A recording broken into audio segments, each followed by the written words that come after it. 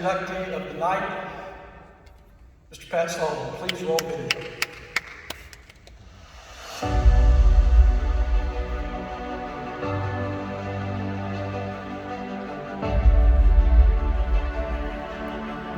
He's the 1971 Heisman Trophy winner and one of the most recognizable names in college football history, Pat Sullivan. The Sullivan family legacy began in 1949 when his father, Jerry, played alongside Bobby Bowden for Howard College. So it was a homecoming of sorts when Coach Sullivan was introduced in 2007 as Samford's head football coach.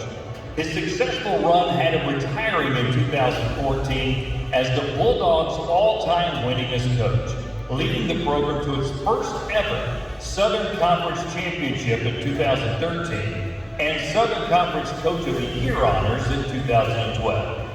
As a player, in addition to winning the Heisman Trophy, Sullivan was named an All-American and the SEC Player of the Year in both 1970 and 1971. He was named MVP of the 1970 Gator Bowl and the 1971 Sugar Bowl. Then he took home MVP honors in the 1972 Senior Bowl. After 5 seasons in the NFL, it was on to coaching. In 1986, he was the quarterback's coach and co-offensive coordinator for 3 straight SEC championship teams at Auburn. He then became the head coach at TCU, earning Southwest Conference Coach of the Year honors in 1994. Then it was back to Birmingham, serving on the UAB coaching staff from 1999 to 2005, helping lead the program to its first ever bowl appearance. He's a College Football Hall of Famer, an Alabama Sports Hall of Famer, and now, Pat Sullivan is a member of the Samford Athletics Hall of Fame.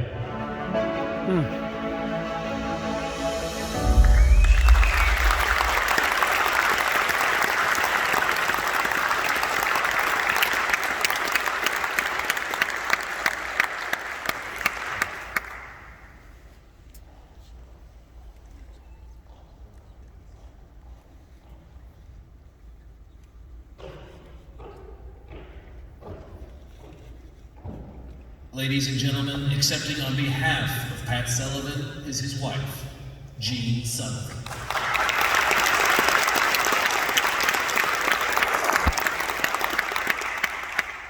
Good evening, everyone, and thank you, Martin, and the Samford Athletic Committee.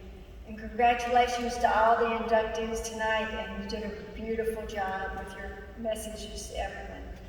Pat was notified of receiving this recognition in September of 2019, just a few months before he passed. He felt it was a tremendous honor to be inducted alongside of each one of you, and we're proud of you and your accomplishments. If I start to cry during this talk, please forgive me. It's not because I miss Pat, even though I do. The tears are for the beauty of everyone's kindness that's here tonight, and for those that have been a part of this fantastic journey. Most importantly, thank you to our entire family, which a lot of you are here tonight, for your continued and unwavering love and support throughout our lives. You've truly been a joy in our hearts. It was not Pat's dream to be the head football coach at Samford University, but it did become his dream job. God had plans for Pat's life that we did not know about. From Pat's first meeting with Dr. Westmoreland, he knew it was where he was meant to be. Dr. Westmoreland is a man of integrity, honesty, warmth, and humor.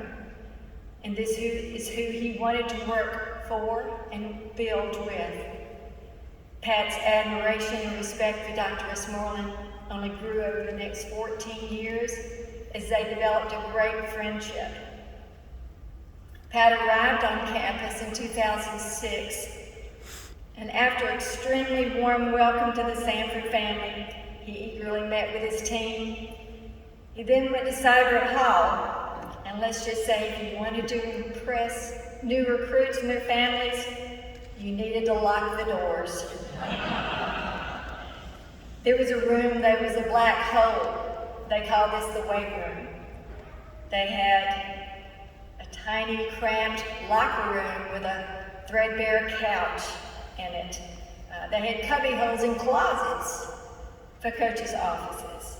They needed to get busy quick. We were blessed that some very special, lifelong friends made it all happen. Gary Cooney, Larry Long, Wally Knoll, Dick Shea. And we now have this beautiful Sullivan Cooney Fieldhouse with a state-of-the-art sports performance weight room. Pat was so very proud to represent Samford, and the community was proud too. We will never be able to thank you enough. But Pat understood it was the people that made the difference. Pat loved people. He loved to laugh and he loved to have a good time. He knew that we were all made for relationships, both with God and with each other. In athletics, relationships grow into long, deep bonds. As a team, we celebrated together, we mourned together, we rejoiced together. We had long, long bus rides together, and we had many meals together. Football players love to eat. But along the way, many lives were influenced and changed in positive ways. Pat was so very proud of his coaches, his players, and his coaching staff. They all knew that he truly cared about them, and if asked, the players would tell you that Coach's constant message was that it's the relationships that last a lifetime. Pat rarely ended a conversation without saying, "Love you," and he meant it. Someone once said, "You'll never meet a strong person with an easy past." Well, Pat was a warrior. He really was. He'd been diagnosed with throat cancer in 2003, and he continued to coach for another 11 years, while enduring many progressive, debilitating issues. Pat's wonderful players and staff continued to excel on and off the field. They were a source of strength, encouragement, and hope to him, just as he wanted to be to others.